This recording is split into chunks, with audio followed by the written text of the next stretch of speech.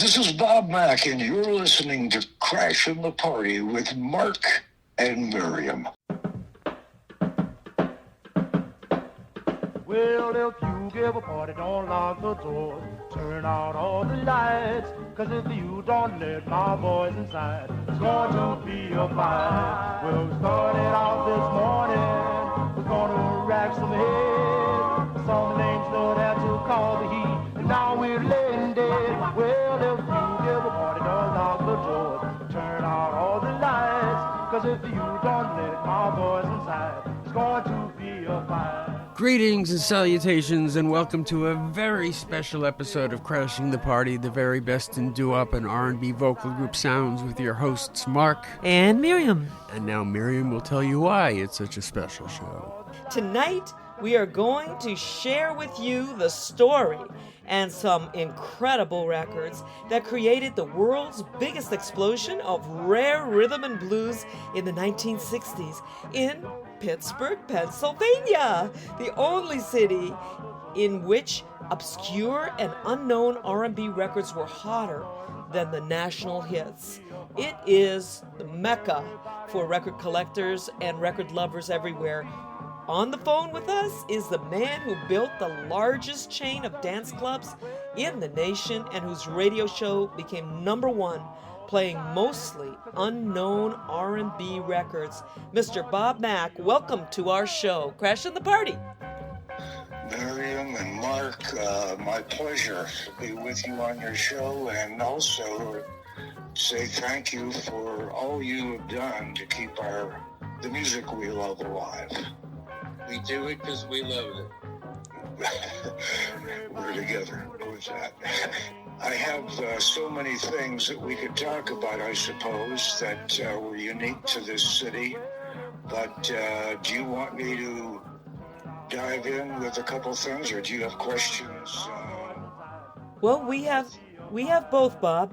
We'd like to know how you were initially introduced to rhythm and blues, and when this all happened. Were you in elementary school, middle school, junior high, high school? What point of life were you at when you really got into all of this rhythm and blues sound? Sure. Well, in the beginning, when I was a kid getting ready for school and the radio was on, we were dealing with music that didn't mean anything to me. A mule train and How Much Is That Doggy in the Window? I did, progressed in the mid-50s to at least something that I related to and really was impressed with, and that is the song, the vocal group harmony of even pop artists like Four Lads and the DeCastro sisters and things like that. But where I really got hooked on rhythm and blues, I just got my license and was driving with some friends after school one day, and they were scanning our AM radio for some music. And at one point, this was my dad's Buick Roadmaster. They had for its day a pretty, basic and full big speaker sound system, and for its day. And all of a sudden, I heard this rhythm that was unique and it just blew me away. I said, "Whoa, back up! What was that?" And turned out that was Bo Diddley by Bo Diddley, and we listened and turned the volume up, and I can't remember the exact tunes, but I'm assuming it was pretty sure it was things similar to like Shake, Rattle, Roll, Joe Turner, and maybe a little richer, Penguin, Zuki Uke, or something like that. And there was a couple great records for what always was the killer for me, the great vocal group harmony.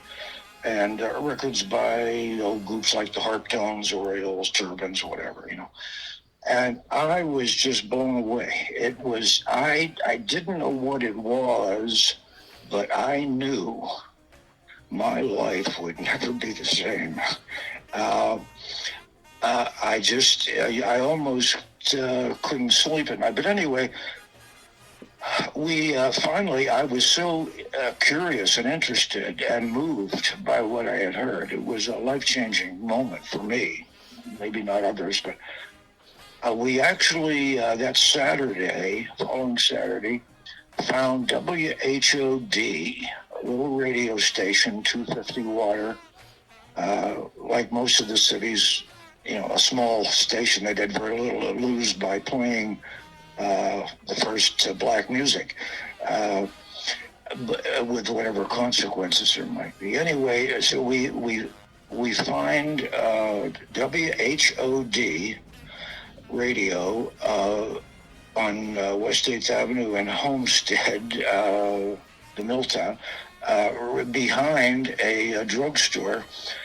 We go in, and in the lobby you could hear, I guess there were some speakers there, I don't know. But anyway, the fellow in back, who was Porky Chedwick, the first guy in Pittsburgh. Every city, I think, as you probably know, at that era when commercial rhythm and blues started, about 55, with Bo Diddley, Chuck Berry, Little Richard, and all that. Every city had, there were a white DJ, usually, playing the first rhythm and blues. LeBeau in L.A., Hound Dog in Buffalo, Dewey in Memphis, Alan Freed, and in Pittsburgh it was Porky.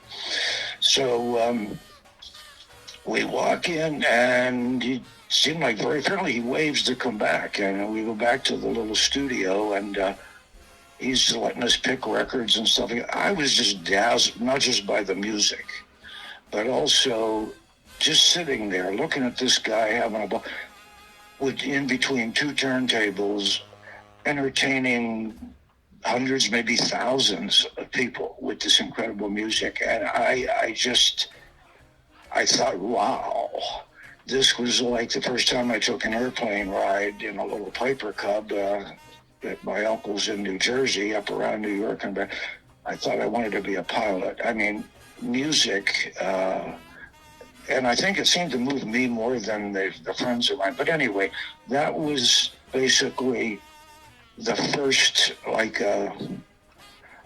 life-changing experience for me, and where I got hooked on rhythm and blues. Of course, they were all brand new records, but they were new to the public, new to us. Records, from the major companies, Phil Chess and Ahmet Erdogan and Morris Lee, who actually is in that era, of course, were paying to get the records played. A lot of these DJs made little, if any, money on those small stations. But anyway, that was where I got hooked, and then I had no clue where it was going. What about collecting? Did you start collecting records at that time too? Were you buying those hits that Porky was spinning? And how did you get into collecting the rare stuff? Well, I'll tell you the truth. I was, me and my gal were one of a half a dozen maybe couples in our high school that went to the record hops dances that the DJs, like in a lot of cities, I assume, I've never been there.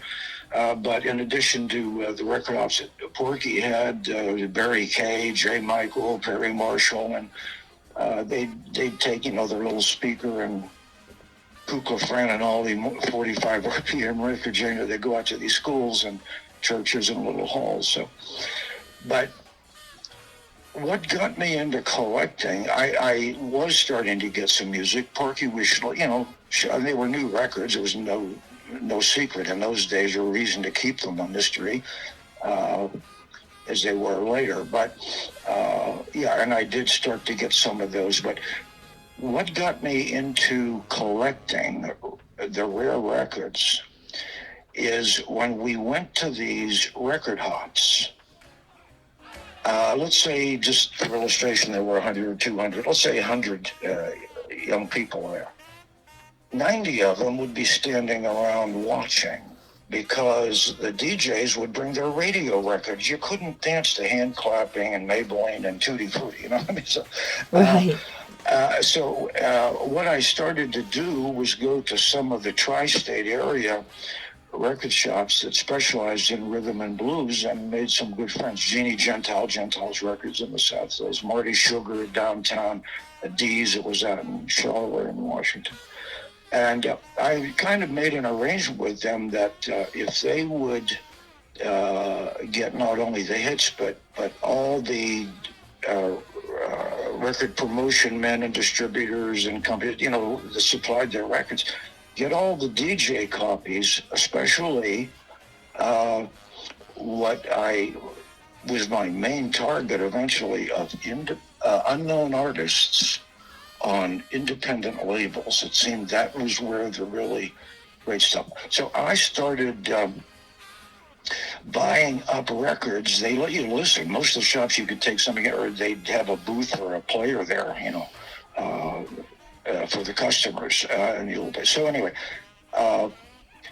I would go through records that maybe they hadn't sold, rhythm and blues, and all the promotional copies and everything and records. I don't care if they were on the radio or not, just as well as they weren't.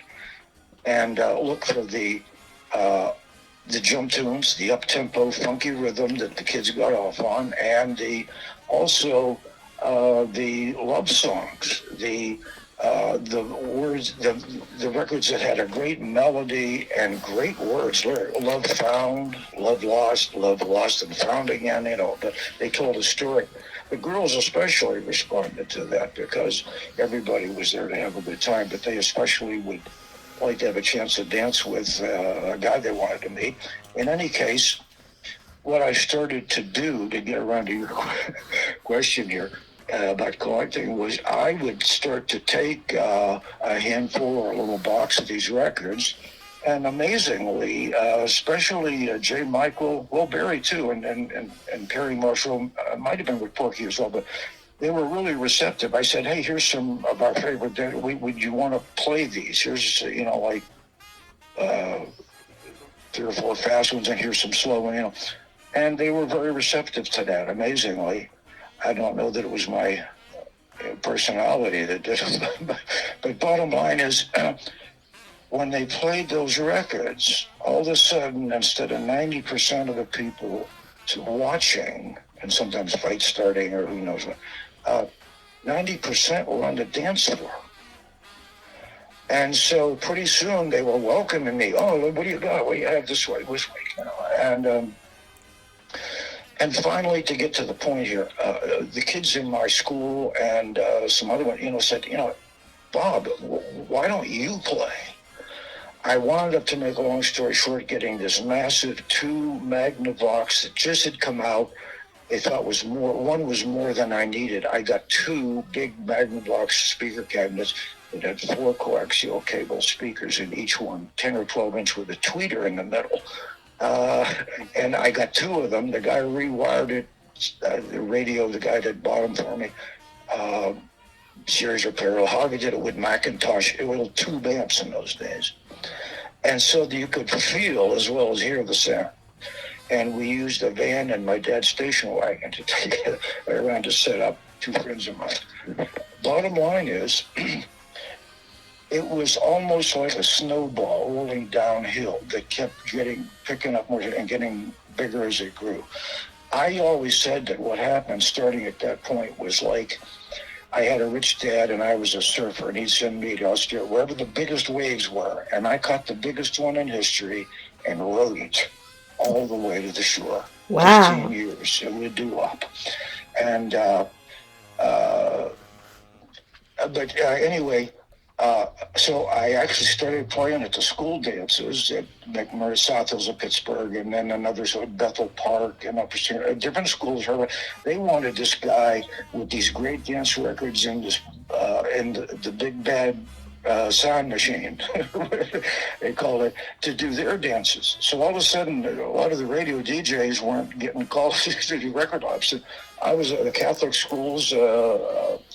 And some little halls, Lake Joanne, and on and on. You wouldn't know that these names are meaningless, I guess. But anyway, pretty soon, it was almost like a business was going, and I did a lot of them for the church, just for gratis. But anyway, it became such a big deal that when I just could hardly believe what was happening. And I knew they weren't ever, and I still know that today, they never came to see me tell jokes or tap dance. It was the music that resulted in everything that happened here. And it wasn't just, anyway, hopefully that gives you an idea of why I got into collecting. Mm-hmm. And the next step, I guess, as the years rolled on here, if you want me to go on with it. Sure. I'm wondering how you got into DJing and Tri-State Record Store and exploding with all of these clubs at the same time. That's an awful lot of things happening at the same time. It was absolutely, it went, when I first started to play, at YMCAs and schools, all these little places in the early 50s. No, I'm sorry, in the mid and latter 50s, 56, 57. The crowds were unbelievable. I know they were coming from everywhere. And bottom line is, the next thing, I guess, was Barry Kay. Mm-hmm. Was one of the hottest DJs, and he got caught up in the payola thing. Well, he was one of our favorite. We when we double dated, went to his dances, we'd get 2 or 3, sometimes 3 couples into a car. But when we went to Barry's dances, we always, anyway, he leaves. I started to go to college at WNJ, very good university in Washington, Pennsylvania, south of Pittsburgh. And we always went there on the weekends to Barry Kay's dances. He had maybe 100 kids, maybe a little more from time to time there, but it was fun. I'd take them records. Anyway, I started to college, and I was very, very disenchanted. It was like more jarring, more high school. And one day I jumped in my little hot rod that I had and drove down to the Masonic Temple, and it was locked up. So I sat there and just looked. I was getting ready to leave, and here comes a guy down and pulls a cat and opens the door. I go across here. He was the manager. I guess was out to lunch. So I asked him. I said, "Did you still? Whatever happened to the dances here? Do you still have the dances here?" I said, "Oh God." He said, "Barry Kay got caught up in that payola thing. He's out in California. I think he's selling insurance." And no. I said, "Well, I've been doing some little gigs here and there with some music that's the kids are going crazy for." I said, is it possible I could rent this and try to start something up out here? And he said, "Kids, you can forget that." And I said, what, excuse me, why? He said, "Pal, this place costs $40 a night." Well, in those days, I guess it was like $400, but I had saved up a lot of money working hard for college. And I said, "Well, what if I gave you 6 months in advance?" His eyes open like saucers. In 2 minutes, we had a contract done. I said, "I will make sure I got an option if this works after 6 months to continue." By the time the Christmas holidays came around, we had kids coming down, passing their own school down from in Pittsburgh and all around Washington County. That place that was meant to hold 200 or 300, we had 600 kids packed into it. It was 50 cents a head. The next day, I was at Jack Gardner. He was a comedian. We cracked each other up. He was one of the kids that helped me when I ran the dances. And Buddy Fuhrer, his sister was a great dancer. I used to dance with her. Anyway, they helped me haul the stuff out and set it up all the time. And our girlfriends sold the pop, checked the coats. And anyway. What year was that, Bob? Okay, this was like 58. Oh, okay. And so I was at Jack's mother, Shirley. She was a fireball. She was like the Jewish mom, but she wasn't Jewish. She wanted to. She took her dad or her husband off on a semi thing and had him into his own home remodeling company. She looks at me when I come in. She says, Bob, Jack told me you took in $300. Is he BS? He said, Mom, there were people outside with money in their hands we couldn't get in.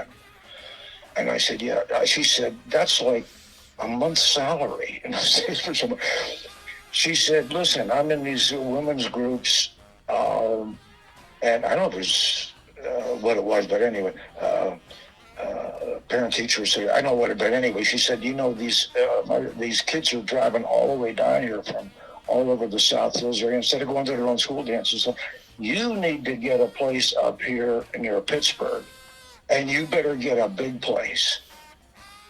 Yeah. She told me, I'm going to put you in business.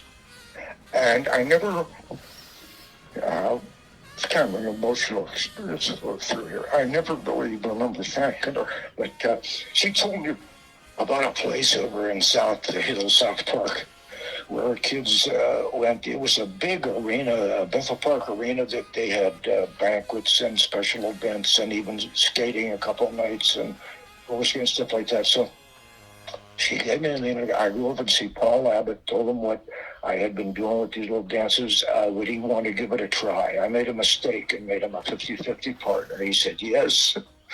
He said, well, I'm not open on Thursdays. If you think you'd get people, school get out or college get out on a Thursday. I said, whatever you have, let's try it. Within a few months, we had over 1,000 people in that place. Then another big similar facility up in the Allegheny Valley. This was in early 1960. And then you're asking me about how did I obtain the records that were the key to this. Let me deal with that. I had people in Pittsburgh, as I mentioned, in R&B record shops that were, and they got most of these promotional records for free. I still paid them the 50 cents a piece or $1 a piece for their effort. And but what I did is when people came up and said, "Oh my God, what was that last record?" You go, "What was that?" Jack Gardner especially would say, "Oh, that's Mack's Monster," and they'd say, "Oh, okay," because he knew I wanted to keep everything a secret, because that was my the ammunition. That was my stock in trade. Was it the mystery element? Anyway, then another club came along. It was a Vegas-style nightclub, and the Vogue Terrace, another club, had opened with young adult college, high school, and put them out of business. It was the big place with the two big DJs, Clark Race and Larry Aiken, TV and radio, the two biggest promoters, the Tambolini brothers, Pete and Louis, and the owner of the Vogue Terrace, Elmer Willett. He also produced some records. And they put the White Elephant out of business. So I went out and saw the lady and told her what was going on up in the Allegheny Valley and in the South Hills at these two big things. And the music was the key. And she said, "Well, you seem like Mrs. Sigmund and Ann Kamick." And the old man had died and left them half of McKeesport and White Oak, where his club was, and the trucking company and this. And what I always did was put myself in the other person's place, and then instead of just talking about what I wanted to do. And I told her the operations we had, and she said, "Bob, you seem like such a nice young man dressed up in your suit." She said, "But there's a place that opened just toward Monroeville, and we had a couple people try, no one's been able to." I said, "Miss Sigmund, they are getting their acts for free by telling them if they don't play an engagement in Pittsburgh, they will never get their record played here again. And I know how to stop that with the AGVA that will blacklist them immediately. They advertise on TV and radio, and I have recordings of the advertisements that, since a friend of mine worked at the station and told me, it's a violation FCC regulations, the Federal Communication Commission, to have any announcements run that are not logged and paid for. Oh. And I said, I happen to know that they are like, so to make a long story short, I called for the general manager of the TV and radio station for Clark Race and Murray Aiken. And, I'm getting ahead of myself. So anyway, I told Mrs. Sigmund that I had a plan. And I said, I plan to book the biggest 10 rhythm and blues acts in the world for 10 consecutive weeks. And I did. Little Richard, Bo Diddley, Chuck Berry, Swell Scotia's Drifters, Little Anthony. Anyway, I said, I'm going to do that. Plus, I'm going to put in a big theater style sound system that young people have never experienced. And even though it was 20 years before disco, some primitive effect, a mirror ball, some neon, some special effect. Wow. And I'm going to do a big. I said, I know what I'm looking at. Jeez. See? You were still in college at the time? You know what? I was a 20-year-old kid, and she turned this $1 million supper club hotel would look like over to this 20-year-old kid. Oh, I told her, man. instead of you working out there and you should be home having tea with your friends, she chuckled. Instead of, I knew they were losing money. I said, instead of maybe breaking even, you come up with a number that's fair to you and fair to me. And win, lose, or draw, you will get paid the first of every month forever. And I said, you're welcome to talk to the people. She said, Bob, wait a minute. She looks at her daughter and she says, and I think he can do it. And when she turned, it was probably the most emotional time and the biggest break of my life.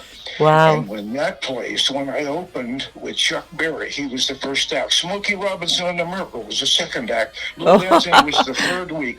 Smokey was there when his girlfriend was in the group, okay?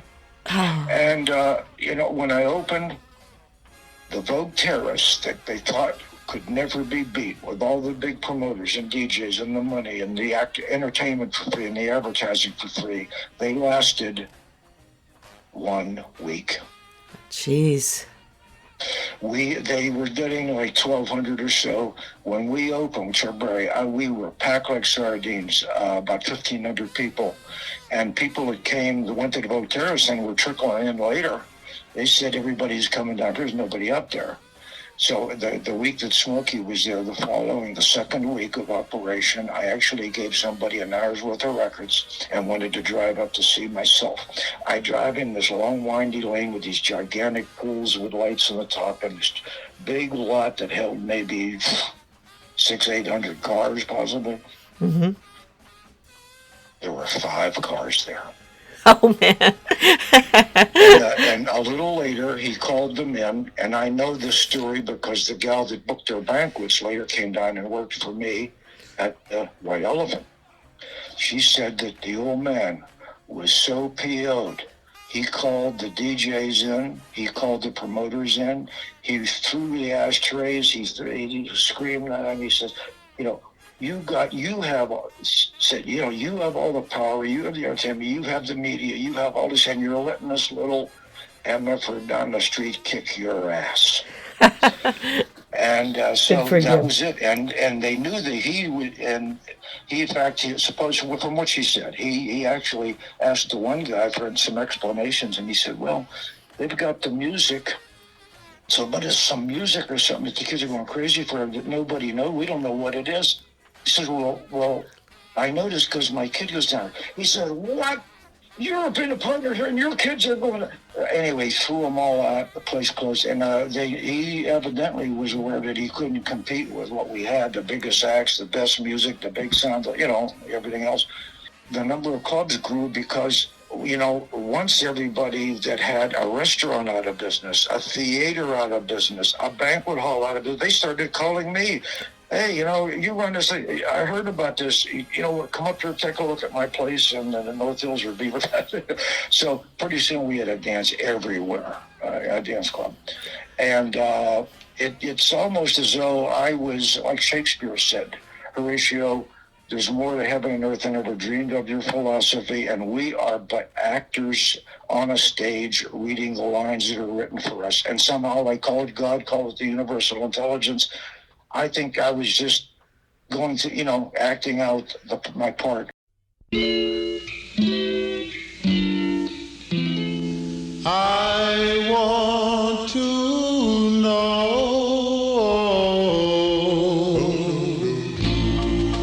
how much you love me, and if you ever miss me so, darling, I want to know, I want to know.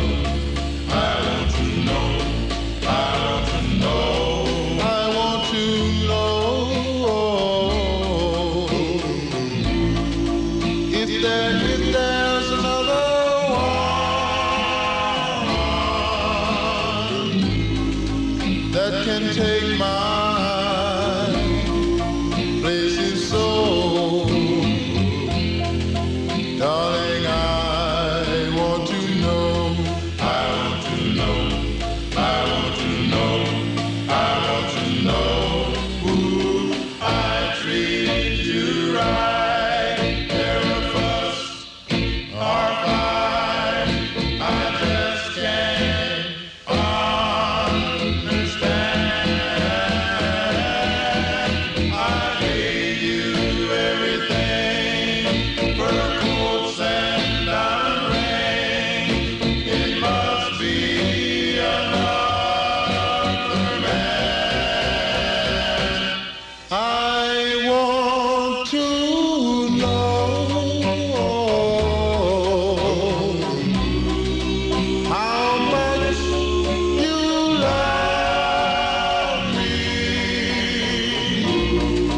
And if you ever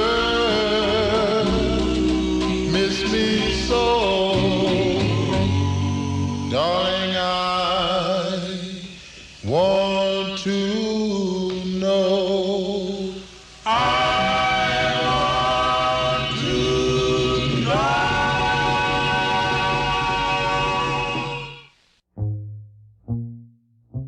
Searching, searching, searching, searching, searching. Will I ever find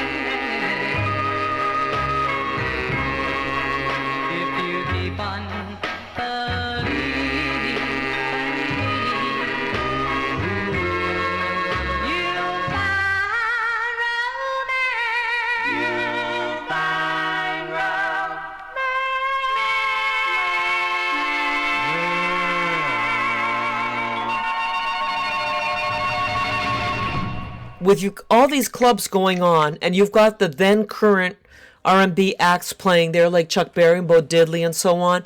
The dance part of it, people playing, DJs, your DJs playing records in between before the act went on, and between the acts and so on. Yeah, we did shows, and later I had the Wildwood Lodge in the North Hills, the Bethel Park Arena in the South Hills, and the White Elephant East. What I did is I called the agents and I said, okay, I said, I want to book the Isley Brothers. Okay. All right, well, they get $600. That's like $60,000 in today's money, but $600. I said, okay, and they do 3 shows. Yes, they'll do 3 shows, like 40-minute shows. I said, well, okay. I said, well, I'll take it. I'll send you the 600. I said, oh, but one thing. The 3 shows will be in 3 different locations. Oh, man. Okay. We will have a setup of equipment in the Wildwood Lodge North. That's where Mike played for me later. The Bethel Park Arena South and the White Elephant East. I'll have limos to move them from place to place. We run, they'll do one show early at 9, and all they have to do is they don't have to go on that. They do just like 20 minutes of a couple of their hits, 3, 4, 5, 6 records, whatever. At one place, we run them to another place. They do the show, and then at 10 and the 11 o'clock show at the White Elephant. They said, well, that's crazy. They're not going to. I said, well, I said, let me talk to the manager then. I said, aren't these people in business to get the most exposure possible to the greatest number of fans and potential record buyers? He said, well, yeah. I said, well, you're going to see 3,000 people by doing it this way instead of 1,000, doing 3,000 shows in one club. Brilliant. So and I bought them then for it cost me, instead of $600 that someone else would pay per location, $200 per location. Wow. And was the music being played at these shows, these rare, obscure R&B records? Oh, yeah. I had to get people. Oh, I'm sorry, I skipped your one question there. Is did we play music? Yeah, we played music, dance music all night on the big sound system.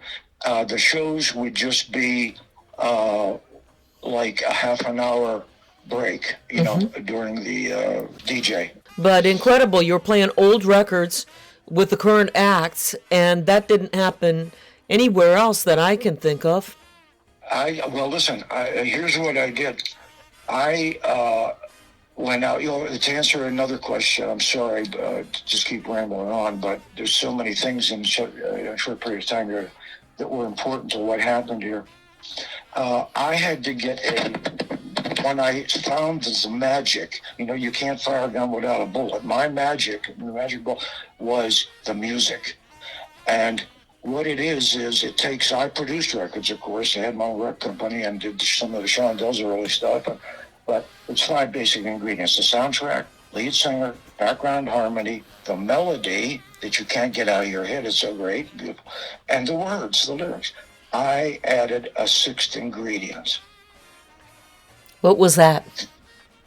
They didn't know what it was. It was a mystery, and it drove people crazy. And all week long in the colleges and schools, they were talking, we wrote, you should have been there. He played, like every dance and every radio show, I played a couple new things that had never been heard before. Yeah. So, you had to keep it, it's like a box of Cracker Jacks. Yeah. There was always a little prize. You never knew when it was coming. And that's what it was. Okay, the records, to obtain them, I needed a lot of incredible stuff quick. So what I did is, in addition to when other people were taking vacations at the beach, I used my vacations to travel. All the records weren't made in Pittsburgh. They were made in New York and Philly and Chicago and Detroit and LA and Nashville. So that's where I went. And I made a deal. The first place gave me, it just as though this was meant. I was just acting the lines or saying the lines that were written for me. I go down, I hear WLAC. All the stations, the early ones that played rhythm and blues, were stations like when Elvis first people said he was poisoning by shaking his hips. He was poisoning our children, And when the black music came in, you're poison. These were brave guys working DJs early on. But bottom line is, there was one station that was not a little 250 or 1,000 watt station. It was a 50,000 watt clear channel, covered 3/4 of the United States of America at night in Nashville, WLAC. And the jocks down there, Gene Nobles and Hostel, a number of great guys. And so their biggest sponsor, and at night you could get their signal across almost all the country. And Mark, you seem like you're very aware of this. I don't make this stuff up. It sounds incredible, but it's all real things that really happen. Anyway, bottom line is, I went to the first city. I had been buying records from Randy's, and there were actually 3 shops because of all this Nashville music coming out, rhythm and blues, coming out on WLAC. So Ernie's, Buckley's, and Randy's. So I took a week and went down. And Randy's, or Ernie's and Buckley's, it was okay. I found a couple items here and there, but I got to Randy's, and there were some gals working there. There was a kid named Mark, incredibly, and not the one I'm on the phone with. Sure, but, and I actually, they were a mail order company too. You know, in those days there was no eBay or Amazon. You know, the postman brought a delivery and collected the money and COD and sent it back. It was a cumbersome system. But anyway, bottom line is, I'm trying to make this quick. This started another key in addition to the other things I've talked about. This was critical, what happened down there. I get there, and I usually went a week to LA or the show. You know, you got to spend some time and dig through, find the shops that handle the rhythm and blues. So anyway, I wound up at Randy's Record Shop. It's actually in Gallatin, just Red Brick Lane, just outside of Nashville. So, and I, I gave him some money, tried to. I said, so I'm serious, and they like most of us had a system available. So I said, I just need 30 seconds, the first 30 seconds of as many records as I can get through. And here, there's records are 50 cents a piece. Yeah, here's $50. I'm going to put it in a register. I'm buying at least 100. Okay, so I come a long way. So when I was in the second day, there was a gentleman in there older than the employees. And kind of a fine guy. I go back, and Mark left the set up there for me, and I'm going through more records and more. Anyway, to make a long story short, I'm checking out, and at the end of the day, I had I think I had a second suitcase, and anyway, bottom line is I'm checking out, and if this fellow looks over at me, like. I could say, but I did. It's kind of. He said, "You're the guy from up north." I said, "Pittsburgh, Pennsylvania." He said, "You got an extra minute? I want to talk to you." He said, "I'm curious about something." I said, "Okay." So I moved my stuff over, and I'm talking. Turns out, he said, "Well, I'm Randy." I said, "Okay, Randy Wood." Okay. He said, "You know, we are the largest mail order record store in the world." And Mark said, when you checked out here yesterday, you had your whole case or box full. You didn't buy one record out of the hundreds, thousands that are on our list. He said, "I'm just curious as hell to know, what are you doing?" I said, "I want." He said, "Mark said you were in those racks I put in the back with all this stuff. Nobody wants to talk about it. They go, where's the hits? Where's the hits? Play the hits." And you're going through all of this stuff. He said, "You got another?" I said, "I got all kinds of stuff." He said, he grabs my, he said, "Come here." He opens the door and goes back. This evidently was some kind of manufacturing. I don't know what it was originally, but this whole big back room, there were people back there and racks all over with records they were packing to mail out. That was their business. And he walks me over, and in the corner of this room, there's this little triangular, like office, I guess it was, where a manager would look out and could see what the employees were, if they were goofing off or not. He opens the door, picks on light, says, "That's the LAC records." I said, "Excuse me?" He said, "WLAC." W said, "Didn't you talk to Mark about that's how you talk?" Yeah. He said, "You know, all the black artists, there's thousands of them trying to get, that heard the harp tone story and this story and this, and they want to get out of the, and they're making records, thousands of them all over this country. And most of them can't even get their records played in their own town." And WLAC, if you listen, you probably know I think it was every half hour or something, they'd throw something in, was like their Wax the Watch pick to collect something, a new group that, you might be hearing this one in the future. It's a possible record that may hit. Well, so groups that were desperate to get their records played would mail their records to WLAC, and they got 100, 200, 300, on average a couple hundred a month. What they didn't know was, and if you didn't put a $50 bill in the sleeve, they'd never even listen to it. And but the point is, he said, but these, they're my friends and my best friends, the DJs, the program directors. I'm their biggest sponsor, for God's sake. He said, at the end of each month, they're not in the records business and they're not in the storage business. What do you think happens to those records? I said, well, they come in your back door. He said, you got it. And he said, I go through a lot of that. And I said, well, then you know what I know. Sometimes you'll go through a stack of records and you'll keep saying, who is the idiot that put up the money for this piece of crap? But then you'll find one that has all the ingredients to bake the cake, and it gives you chills. And I said, that's the ones that I want. He said, you're Bob? I said, yeah. He said, come on back. He said, I want to run something by you. I know he later founded Dot Records, by the way, and had he's the one that had Pat Boone doing Tutti for the black Little Richard records that already sold, and he sold millions of them. Oh, terrible. Anyway, but he knew business. He says, here's what I'll do if you want to. You can't come down here every month, right? I said, no, I don't think so. Maybe you never see me. He said,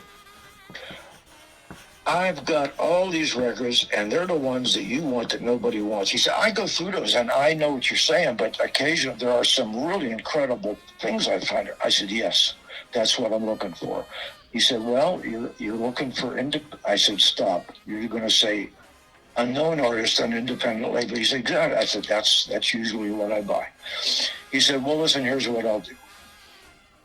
If you want to do this, and you can end at any time, when you get new records shipped, they're in boxes of 25 typically. He said, I will go through stuff even more than I typically do anyway.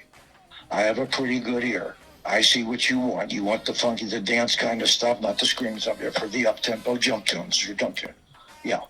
And you like the love songs with the words that have a story that brings you to tears, that have the great melody and the great vocal group harmony and stuff. I guess. He said, well, we're on the same page. He said, okay. He said, here's what I'll do. I'll put together, and the first month Sunday, I'll put together a box of 25 of the best, the cream of the crop records. Trust me, okay? And the records are 50 cents a piece. Whether they were I got for no, that's what we sell for. So that $12.50 the COD charges and delivery. So like for about $15 a month, I'll send you a box of the best stuff from LAC, from all the artists all over this country that nobody could otherwise find for $15 a month. I said, you got it. And sometimes on the holiday, I get 2 boxes from him. But I did the same thing, and again, I could go on forever. And this story took 15 years to unfold, and I'm trying to do it here in just an hour for you. But he was the longest running. He sent me, could you imagine, this 18, 20-year-old kid like 6-8 times. Well, some of them didn't send every month, so maybe some months it'd be 4 boxes, but the postman would be ringing on the door, and I'd go out. And these weren't just any old records out of a scrap pile, like people thought my guy used to get records from Woolworths or Murphy's 5 and 10. I've never been in their place. So this is how I got them.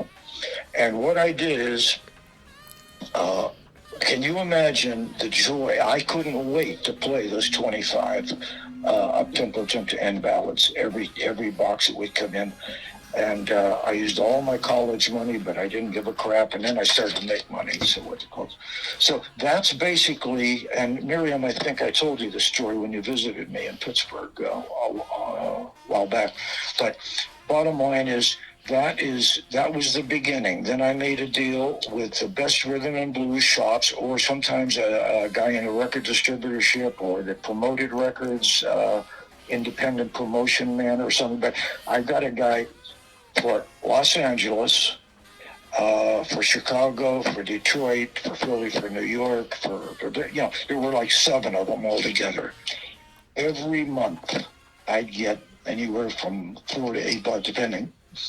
When that guy would show up, it made my day, and I'd go through.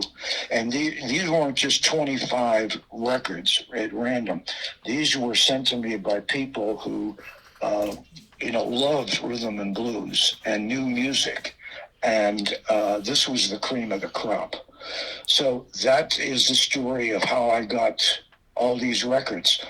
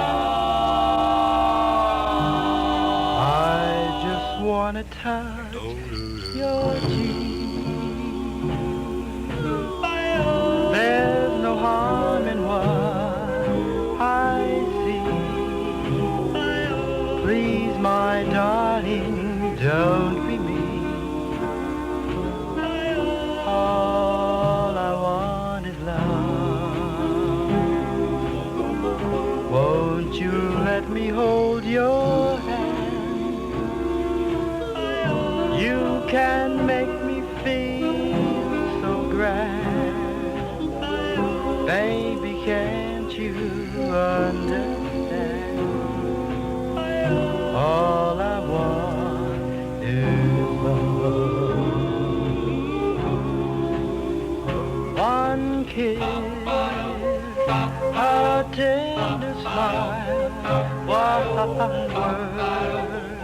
would last a while.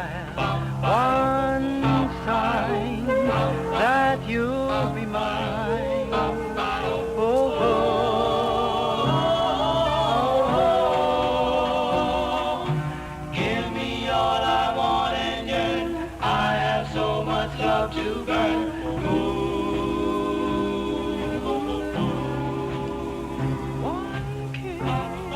One kiss, my love, and just a tender smile.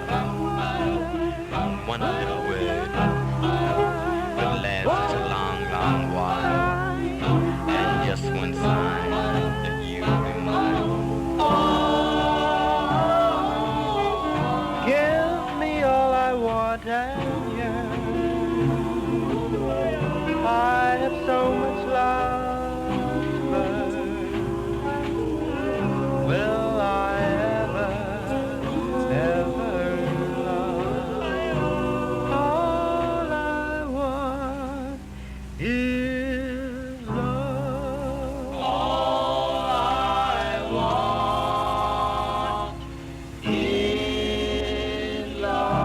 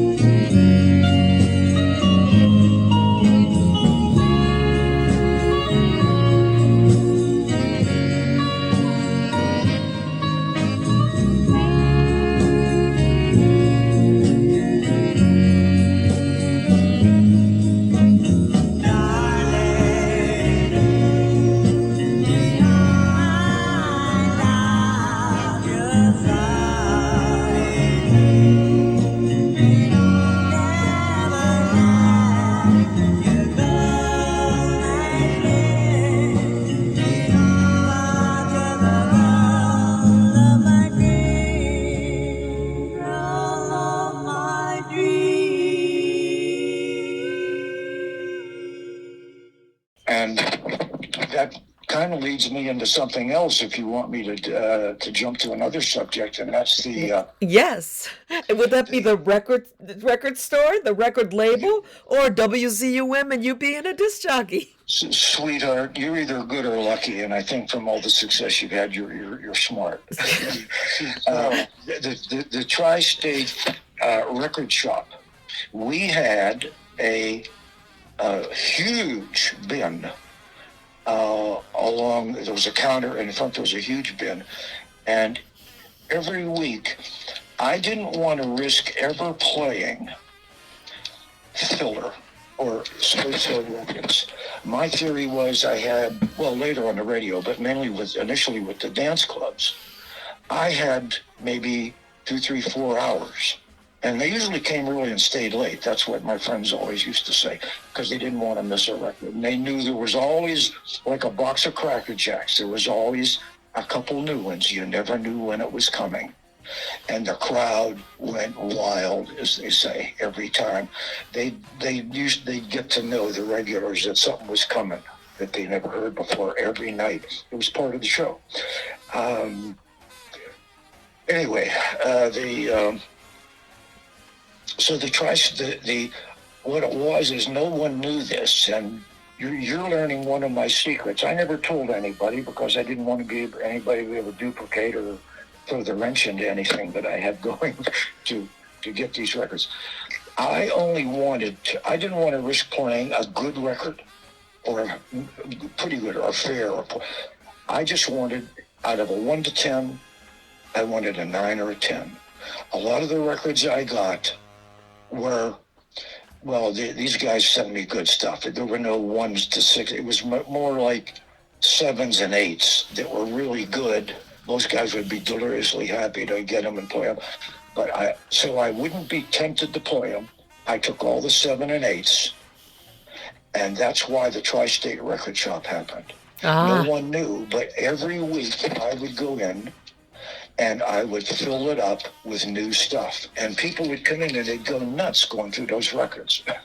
And they'd always find something. They said, where did these come from? And I never told anybody. Wow. Anyway, so that was your shop. That was exclusively your shop, right? That was the Tri-State Record Center. And I think, if I recall, one of my friends told me that he was with you when you looked at that. And you had a look as though you were looking at the Holy Grail or something. That's right. Ray Nally, rest his soul. Do you remember Ray? Oh, yeah. Yeah, it was Ray Nally who took me there many years ago. And yeah, he was in complete awe. It was like being in Mecca. When he described your reaction, he said he looked at you like you were seeing the Holy Grail or something. And you said, you were like in a trance. And he said, the only time I've seen that kind of a look related to music that's why that store was there. And I never told anybody until now. It was really to get rid of the stuff that I was passing. No kidding. Deliriously happy. They found their monster at Tri-State. Well, it was one that I didn't, it was actually a record I discarded. That'll tell you what the 9s and 10s that I played were like. And were you playing those 9s and 10s on WZUM? No, I had 2 separate sets of records, and I didn't want 1 million or 100,000. I'd rather have 10,000 records that were the most incredible, had all the ingredients to bake the cake.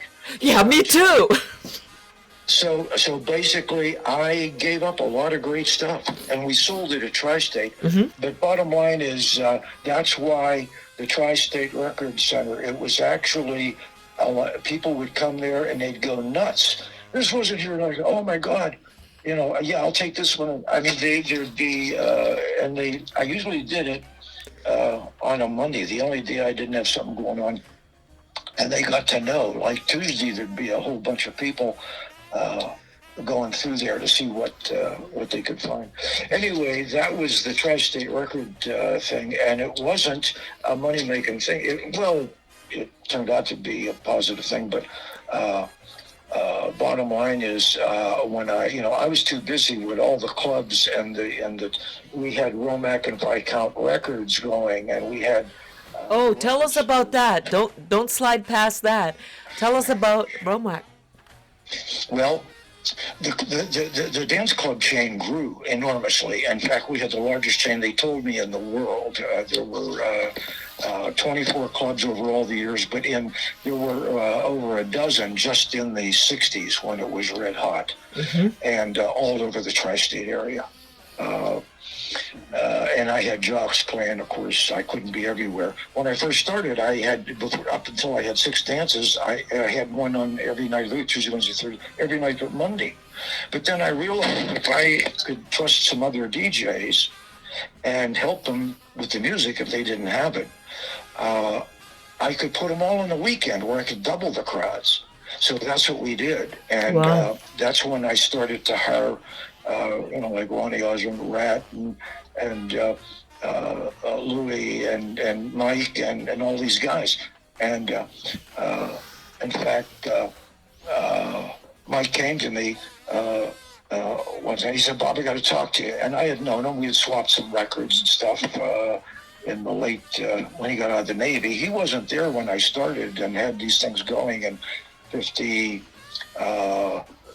7, 8, 9. Well, he got there out of the Navy about 9. So he wanted to be part of the show. We're talking about Mad Mike at this point, right? Yes. So, And yeah. That's how, I said, he said, Bob, I have all the, I said, Mike, please. I know we've talked records before. I said, I'm opening a new club in the North Hills called the Wildwood Lodge. It's the only, out of the 3 valleys, the north, south, and east, I have clubs everywhere except north. I said, this is going to be it. And I think we're going to pack them in. I said, I haven't really picked out a guy for that yet. I said, we'll start you with the Wildwood Lodge, and if it works like I think it's going to work, I'll put you in Teen Land on another night, maybe the Sugar Shack other night, and so forth. So he wound up actually working eventually at the record shop. I helped Mike a lot, and he helped me a lot. Mm-hmm. So it was a mutual admiration society while it lasted. We put so much hurt with that Tri-State Record Shop on National Record Mart, they eventually made him a deal proposition. After I got so many things going on, opening clubs out of town, the record company, the running all these clubs.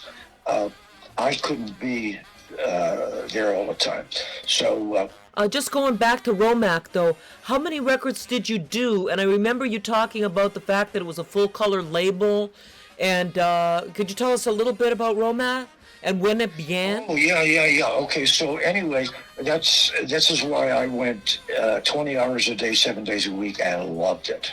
I loved, music and seeing people's response.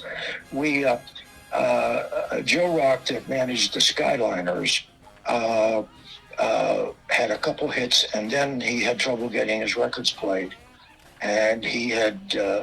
I didn't know, but he had blackballed some of the guys that wouldn't know a hit if they saw it and all this and got them fired. But anyway, he was a big influence in me getting into the record business.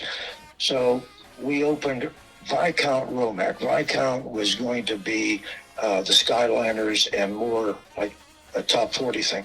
And Romack was going to be the rhythm and blues. Okay. So, we actually recorded Comes Love by the Skyliners, and we did that was on Viscount, the orange label. And I wanted not just a plain blue or black or green label or something. So the Romack label, if you've seen it, is like a multicolor thing going around the perimeter. And it was quite, who cares, but it was the label was a work of art. The record was. I was that proud of the records. But anyway, we did Leroy and the Enchantments, a group on Romack, Lonely Heart. Great record. The Comes Love and the Lonely Heart were like regional. They never hit big, but we actually sold 100 and some thousand of those too. Wow. So between them, and then we got a lot back. and tell us where the record label name came from, please. Romack. Oh, yeah. Actually, it was Robert, Bob, it was Mack. Robert Mack. Yeah. There you go. Actually, I think at first we tried to reserve the name Bob Mack for Bob Mack, then it wasn't available. I said, well, how about Robert? How about Romack? Yeah. And that was available. Okay. It was gonna be Bomack. Cool. Oh yeah, and we had fun with it, but it didn't. It wound up that so the sessions we did for the Skyline, there was 24 musicians or something, strings and oboes and all kind of stuff. Bob, we've heard several of your radio shows from the day, and they're so action-packed and incredible. How did you fit in the time to be a disc jockey as well? Well, that's how Mike got the radio show. Bottom line is, one day when all these dances were going and things were, we had thousands, maybe 30,000 kids packed into some of the clubs were open 2 or 3 nights a week, and it was going so hot. All of a sudden, I realized that all these young people, college age, high school age, like 15 to 25. there were tons of people under 15 and over 25 that never experienced the dance club scene. It was incredible, and the music there. So all of a sudden I realized that, there's no radio show that's playing, not like Porky Chedwick was on the air, but he played he played new records. You go to your record store and buy them, But I had something that was totally different. And as much as I used to work with him to MC shows and promote the stuff, my records were all mystery records, unknown. And I wanted to keep them that way because you had to come to my dance clubs or later listen to my radio show to hear them. It was the only place you could hear them. So we had a locked-in thing there. I actually had 2 sets of records. I had maybe 10,000, not a million. I didn't want a million because, I just wanted the cream of the crop. I only had maybe a half hour on a car radio or a couple hours at a dance a week to make believers out of the new people that are coming in. I didn't have time to play a good record. I only wanted to play monsters. There's another word I could use, but I won't. Whoa, yeah, you could do that. I like that. They were mothers, but I wanted to kill people with every record, never play a good or mediocre record. That's why some really good stuff will wind up at Tri-State Record Show. If I didn't want to carry it and be tempted to play it, I realized at one point that the biggest part of the population, maybe 3/4 of it or 2/3, whatever, will never hear these records. Yeah. So then I figured there was a new radio station that had WZUM. They were trying to compete with Whammo that Porky was on. But I did something totally different. He played, records that you could hear in every other city. Records, they were great. You could go to your record store and buy them, or they'd order them. My records you couldn't find, you couldn't buy. You may not even know what it was. So bottom line is, I made up a tape at my little home recording studio, and it was a news station, WZUM. Not the most powerful signal, it was 1,000 watt, but I used to crank it up beyond the red lines. The outer limits could hear it. But anyway, you're not supposed to do that, Bob. I was a bad boy. It distorts the signal when you get to and I did something else. I used to, like at the dances, I would emphasize the backbeat with the control knob, and people would say, "Oh man, what is that?" I said, "So yours sounds better than mine." I said, "It's just the way I played it. I drive not the lead, the stuff that irritates you, the saxo, but the backbeat." Baby, I need your good love and a baby, I need your good love. Baby, I need your good love. Baby, I need your good love. Baby, I need your good love.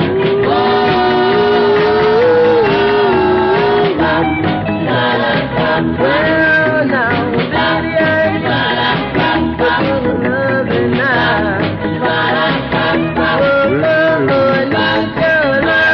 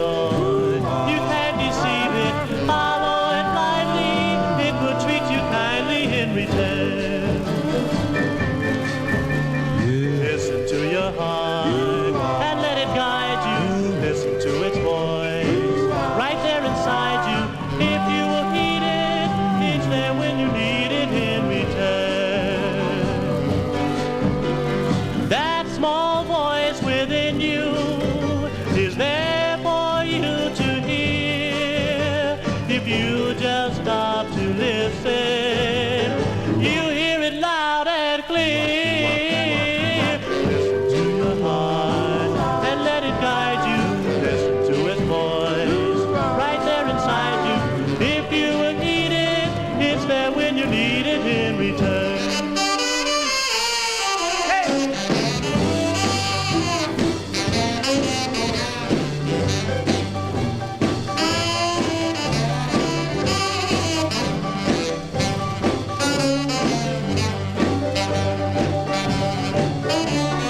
Listen to your heart, you won't regret it, it will lead the way. If you will let it, you may think you're smart, but someday when you're lonely as can be. Oh, listen to your heart and fall in love with me.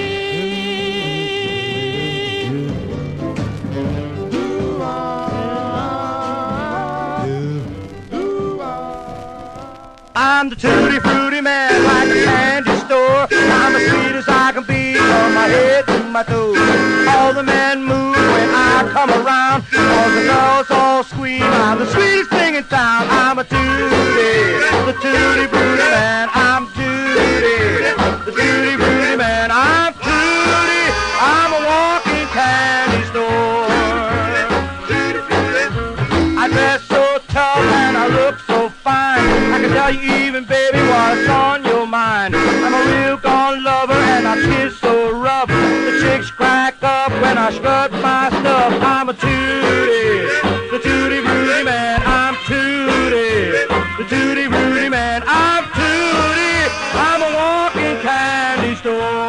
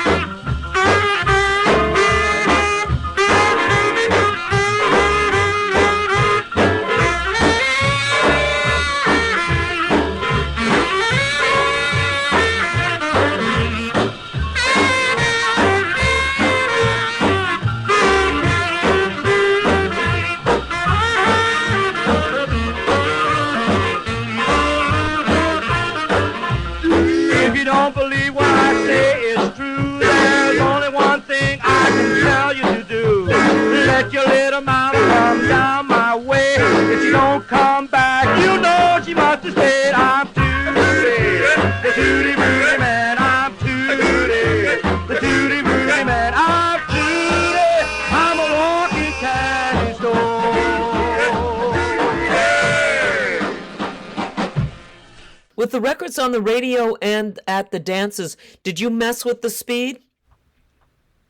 I did at the dances. I couldn't always do it on the radio, but that's an interesting thing. In fact, I was going to bring that up when we talk about the speed adjustment that made Hanky Panky a hit. And yeah, that's what I was trying to lead you into. Tell us about the day that record appeared in your record store at Tri-State. I understand that the snap record of Hanky Panky appeared there, and that started the legend of what happened with Hanky Panky and you going to go get a young man from Niles, Michigan. Let's get into that. Okay. Again, this could take a week to tell you. I'll try to make it in a couple minutes here. The whole Tommy James discovery thing. I'm going to leave a lot out, but the bottom line is a guy that was going to Notre Dame, which is only, I think, 7 minutes south of Niles, Michigan, where Tommy James lived, and where the record shop was that he worked in. And he came in and needed money to get back to school or something, and he had a whole couple boxes of records. And I think Bobby Marr, maybe it was like, no, it was, well, whoever was working there, I said, well, go through, take a look at this, see what it's worth. The kid wants to sell his records. So let's say there were 100 or 200, I don't know what it was, something like that. Bottom line is, he had a bunch of different ones that I don't think he stole, but he probably got as a gift that weren't sold or cheap somewhere. It turns out he had a half a dozen, well, anyway, we were listening to or looking through some of the stuff, and I had, whether it was Bob Mack, whoever was working, looking, and they said, man, Bob, this is it. Good stuff. There's a lot of like top 40 stuff and things. I don't really know if we didn't sell that kind of stuff or play it, you know. And the guy says, I need to get back to school, and I can't ask my girlfriend's money for money. You know, can you help me? Can you do something? Bottom line is, I told whoever was working, you know, give the kid $100 or something, whatever, and he was deliriously happy, and he got back to school. And in that box, I said, you know what? It was late in the day. I said, the guy said, do you want me to just, whoever was working said, do you want me to just put this out in the bin and, you know, help yourself thing, helter skelter? I said, well, you know, let me take it home and listen to a few of these things, see if there's anything that's worth keeping. There were probably a half a dozen copies of Hanky Panky on Snap in there, okay? And it unfortunately was too slow. So what I did is I listened, and then I said, you know, it just doesn't have the kick to it. So, and I said, you know what? And I took one and went over, and we had adjustable speed at all the dance clubs to make records that were great, but not quite danceable.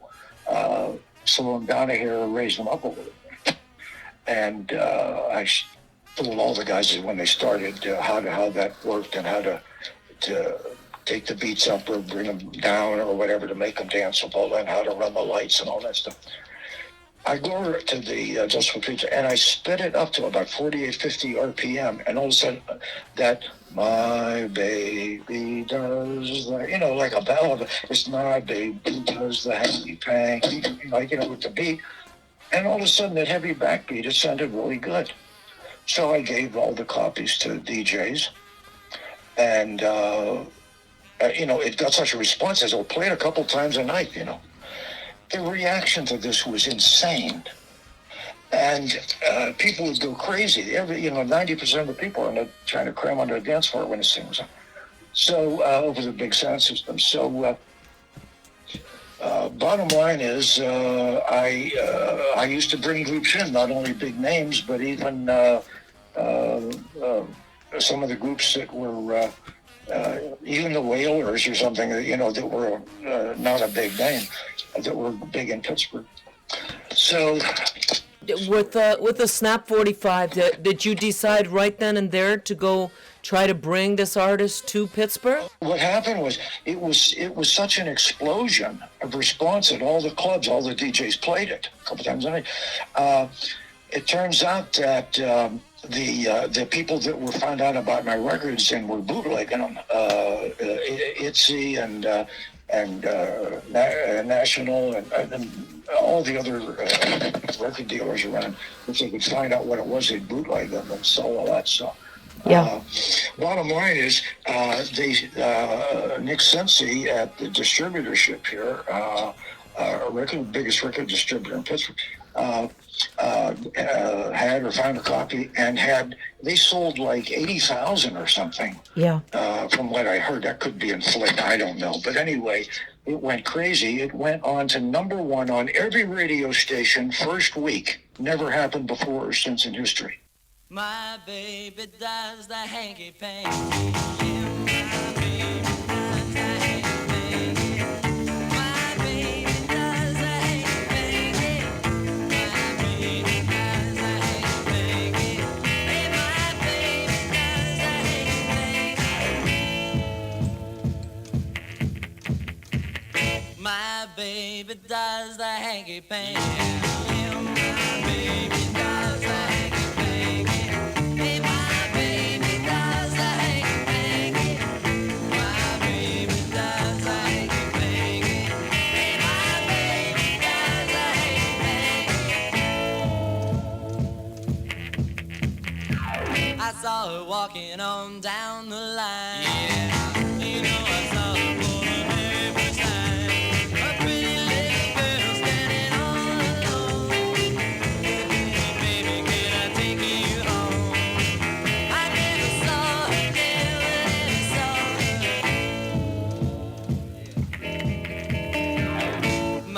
baby does the hanky-panky. Yeah, my baby does the hanky-panky. My baby does the hanky-panky. My baby does the hanky-panky. My baby does the hanky-panky. All right, let's work it out. Let's go.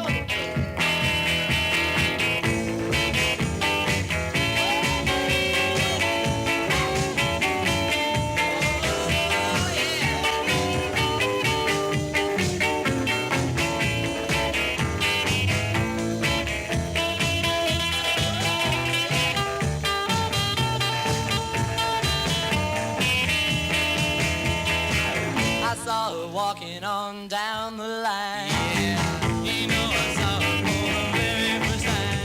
A pretty little girl standing all alone. Hey, pretty baby, can I take you home? I never saw her, never saw her. You're real low and tight now, hey, my baby does the hanky-panky. Yeah, my baby does the hanky-panky. My baby does the hanky-panky. My baby does the hanky-panky. My baby does the hanky-panky. Let's knock it dead one time. Let's go. My baby does the hanky-panky. My baby does the hanky-panky. Yeah, my baby does the hanky-panky. This thing was red hot. So that's when I tracked down Jack, the record shop in Niles, Michigan. Jack Deffenbaugh led me to the kid. He said, well, he's ready to quit. He's fed up. He's been playing since he was 12. He's 20 now. That discouraged, you know. I said, well, can you give me his phone number? He said, well, you're wasting your time. I said, I'll send you the money. Whatever. Give me his phone.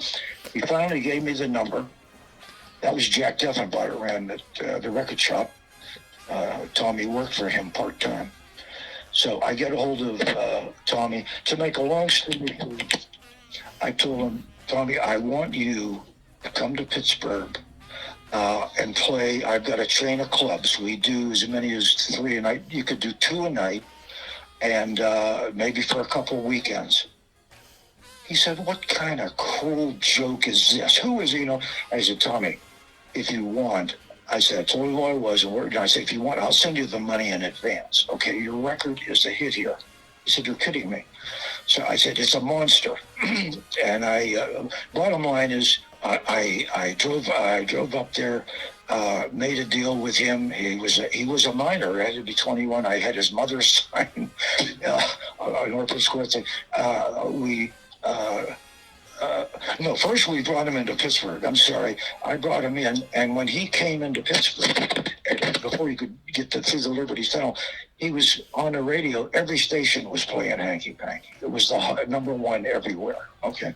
He went from playing in a Niles, Michigan bar for maybe a half a dozen drunks to playing for 1,000 or more people at all these dance clubs we had in Pittsburgh over 2 weekends. One question. And, two questions, actually, Bob. On that, he didn't have a group. Did you put that group together in Pittsburgh? And secondly, when he called me, he said, Bob, we talked. He said, listen, or I went up there. He said, even if I wanted to do this, one of the Shondells that was killed in an accident, one's in Vietnam. There aren't any Shondells anymore. There's just me. I said, Tommy, let me see if I understand this. You're the lead singer. You're the front. I said, you're the show. Put a band together, you know, or we could do it here. So he did. And then once we made a deal, and I said, listen, Jack Deffenbaugh, the owner of the record store that recorded the record, came in with him the second weekend to play more of my clubs. And when it was done, they were dumbfounded. He went from being a nobody, you know, without any audience, to a Mick Jagger experience. You know, packed houses everywhere we took them, and they were flabbergasted. And so we had. I always took the groups out to a late night dinner or whatever after the shows, and I sat down with Jack Deppenbaugh and Tommy were across the stage. I actually got the second when he came back in the next weekend to do the clubs. I had him go out and interview a group, but let me get that out. Like, anyway, bottom line is, I told him that I had my record company of my own, but this thing is red hot. This is a breakout record in Pittsburgh, which used to be breakout a lot of records in the good old days. I said, you need to get a manager, you need to get a record label, you need to get a booking agent, you need to get a publicity agent, you need to get to New York. You need to lock this up and take advantage of this momentum from this radio and this incredible breakout in Pittsburgh. Did you name him Tommy James? Oh yeah. His name was Thomas Jackson. That's right. And it was just the Shondells. Yeah. So, that's the point I want to make sure I cover for you too. Bring these things up if I leave some of this stuff out, because I'm covering a dozen different subjects. Okay. So anyway, we're sitting in a restaurant and they were talking for a while, and Jack looked over at me. He said, "Bob, listen to me for a minute." He said, "We cannot believe, what are you, 22 years old, all that you have going on here. This whole chain of pack of nightclubs and radio, everything, record, all the stuff you're doing." He said, "Bob, I don't have a clue where to go, what to do, a good deal from a bad deal. You got to help this kid."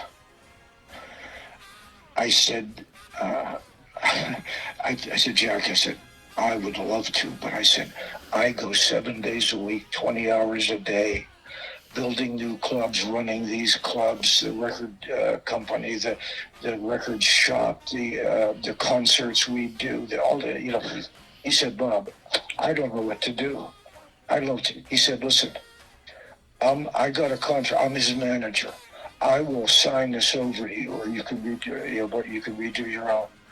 I need you to do exactly what you're saying needs done, whatever that takes." And the kid was looking at me like a puppy that was lost or something, and I said, "I don't." So somehow I made arrangements with a lot of my DJs, people who worked with me, club managers, up to keep everything, the record shop, the record up, everything moving without me for a few days. I put Tommy on a plane. I fly him to New York. I stash him in the city square where I always stayed, in a suite. And he was 20, and the legal age was 21, even though I had to go through orphan's court to get a binding agreement. And every record company in New York heard of this breakout and wanted the record. And I took them around. I made the rounds to Columbia, to Kama Sutra, to everybody, Atlantic, Echo, to everybody in town. I eliminated the guy who they said, basically was the mob, and I don't care about that. I've dealt with tough guys before, but they said he just paid enough for him to survive, but always need him, so they couldn't leave, Mushrivi. So I didn't go there. Well, he sent Red Schwartz Promotion over. Somehow they found out where we were staying in the city square. And I had Tommy under another name and another suite, and he was going nuts being locked up when he was in jail. But I didn't want these, sharks guys to get a hold of this, this kid, until I made a deal. So I'm unlike what Tommy says, that he went around with Chuck Rubin, who was one of my New York booking agents. He did that to please him, and because he helped settlement get some of the money that was due to him from Rubin. Anyway, bottom line is, I made the rounds, and I met with Jerry Wexler and Jerry Greenberg at Atlantic, and I decided, I called him back. I said, "You're big. You want the artist. You appreciate, the music." I said, we're going to go with you. they said, come over tomorrow. We'll put it together. Tomorrow, next day, my phone's ringing up. They had gotten a call from Mush Levy, Roulette Records attorneys. Mush, that record was done by, originally, by the Raindrops on Jubilee. And when Tommy had heard a group do that and went in and recorded it in the basement of Jack Diefenbach's radio station, they just made up lyrics and the melody from what they remembered. And that's an infringement on copyright. That meant that if anybody in New York, the courts, they're tough, you collect. Pharrell and that one other guy ran into a problem with that, stealing someone's lyrics. Anyway, and got 8 times with the settlement. So if a record does $1 million, you pay $8 million to the guy you stole it from. So Bush had his attorney. He had purchased the publishing from Barry Greenwich, Greenwich and whatever the writing team was, to he owned the rights to the record, to the song. So when Tommy changed it, that's an infringement of copyright. So what Morris's attorney told the companies, and they knew is true, that whatever they made on it, they would be sued and have to pay 8 times what they made in a settlement. Whoa. They told us, they said, we're sick, but Bob, we can't, there's nothing we can do. Mush has the rights to this song. It was altered. That's a freedom of copyright. We can't risk getting involved in it, and we're sick over this. So I said, well, okay, I don't know that much about the business, but I trust what you're saying. Nobody else is going to take it either. So I had to go see Mush Levy. So I tell you what, there's one thing about me. I probably weighed at that time 140 pounds soaking wet, but I tell you what, I was fearless. Maybe I was crazy, but I was fearless. I had, they used to say you had balls like cannonballs, Mac. What's with you? Bottom line is, you can cut that out of it if take it. The bottom line is, I go to see Bush and I said, Mr. Levy, tell me a time. I'm coming to see you. He said, Bob, come now. Come whenever, so we get together. I go up. He's got like these mobster types in the running the elevators even to take you up to the top floor. His office is that, right? Hey, how you doing? I don't give a crap. What are you going to do? You're going to kill me? Okay. Guess what? I'm packing 2 pistols myself. Anyway, bottom line is, and Tommy knew that because one time we went back after an engagement to my place to drop some records and stuff. And then my door was ajar. When we got out of the elevator, he said, Bob, that door's, I said, Tommy, okay, the whole settlement. So I took one out of my shoulder holster and another guy. I went in like Tom Mix or something with 2.6, and and it turned out that there was no one there and nothing was missing. But anyway, bottom line is, I don't want to lose track of the story. So I'm in New York. I go see Mush Levy. Before he can say anything, I said, Mr. Levy, Bob Mack, let me explain something to you. And beforehand, he said, people say yes, sir, to him, and his associates are not only companies, they're dangerous. I said, oh, really? Okay. So, and I'm not trying to boast. I'm just telling you the way I've always been and the way it was. So, bottom line is, I walk in, and sit down. He says, Bob, I said, no, Mush, let me tell you. You own the rights to the song. The song has a major breakout in our town. He said, Bob, I said, let me finish. I said, so you own the rights. If I take it, nobody else is going to take it. So Mush Levy, guess what? You got hanky panky. But Mr. Levy, guess what? I have the group. I have a record company, Bob Mack in Pittsburgh. Okay? If I don't get an ironclad agreement with the right to view, audit you, and all the pressing plant information and so forth, or you void and with serious penalty, everything. I said, I want that kind of evidence, or I will take, or Tommy and I get on a plane tomorrow. We go back to Pittsburgh. I do the follow-up album. You can take it. I'll pay me or not. I'll do the follow-up album and the follow-up single, and I'll come back to New York and I'll give it to the highest bidder. Okay, trust me. Whoa. And it was just silence for a minute. He stood up, and I stood up, and I put my hand inside my jacket. Oh my where gosh. the revolver was, and he said, Bob, please listen to me. Bob, listen to me. I need you. I need this record. I've got a major publisher. My record company hasn't had a hit in years. This is going to be, you're my savior. You're going to, this group, this deal is going to be what turns my record company. No more Party Doll, Buddy Knox and Frankie Lyman and the teenagers and all that.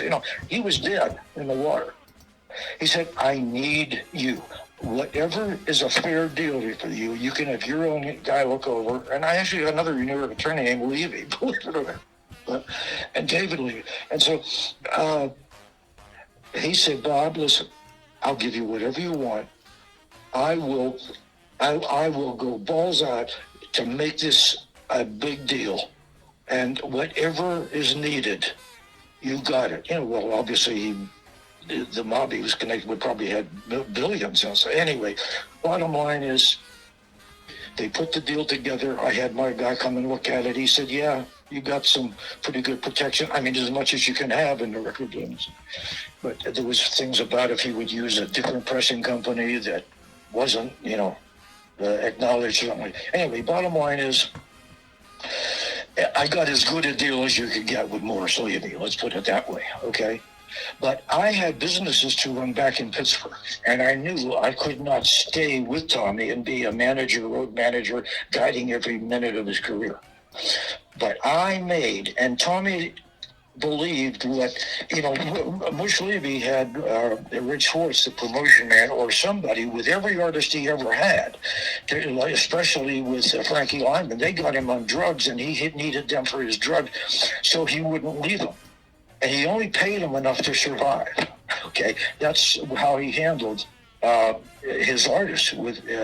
He had one guy. There was a not Buddy.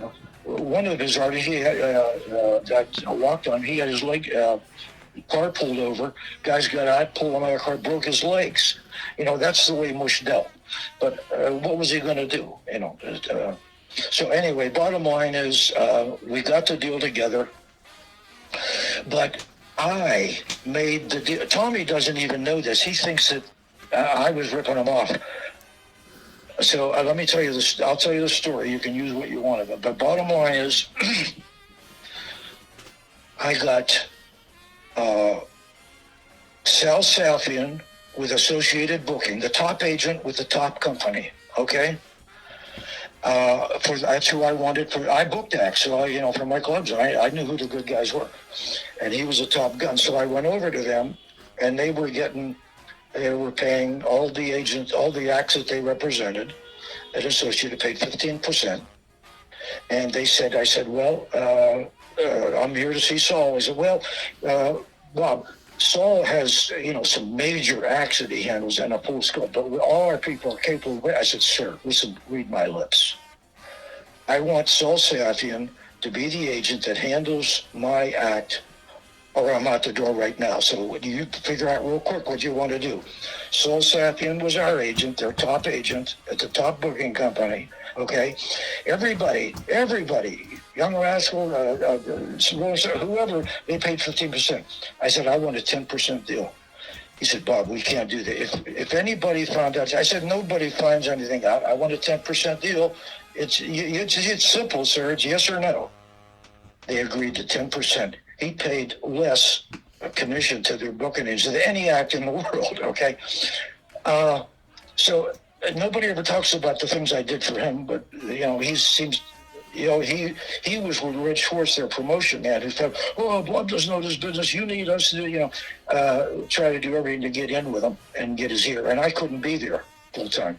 How was it that the roulette record says Bob Mack presents and doesn't say I am also say that?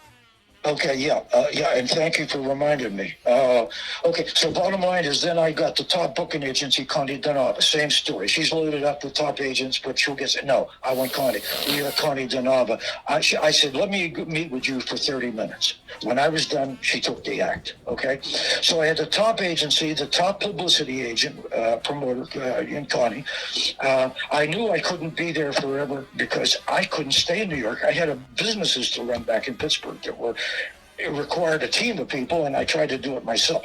So bottom line is, I set him up tentatively with a management company, but I insisted to myself, and they were glad that I did. I went back and forth. I must have spent enough to buy a house on plane trips, back and forth, so I could be there to do everything necessary. And what necessary meant is, they needed a follow-up record, like now, today, and they needed an album now. Well, guess what?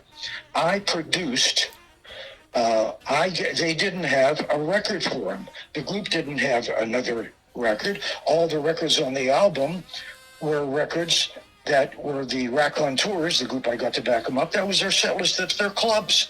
The only record that Tommy knew was Hanky Panky. So bottom line is, so I had one that was one of my monsters nobody knew called Say I Am, right? And it was a great a dance record. And so I said, they were pulling out some old roulette stuff. I said, no. For the follow-up, I said, here, I'll get you one. So I gave them that. I gave them Say I Am. And they were happy with it. It was probably as good or maybe better than the original record, actually. Mm-hmm. And so they learned it, and that was their follow-up. Without me, they didn't have that. So I produced that, and my name is on Say I Am. Mm-hmm. Also, Morris Levy.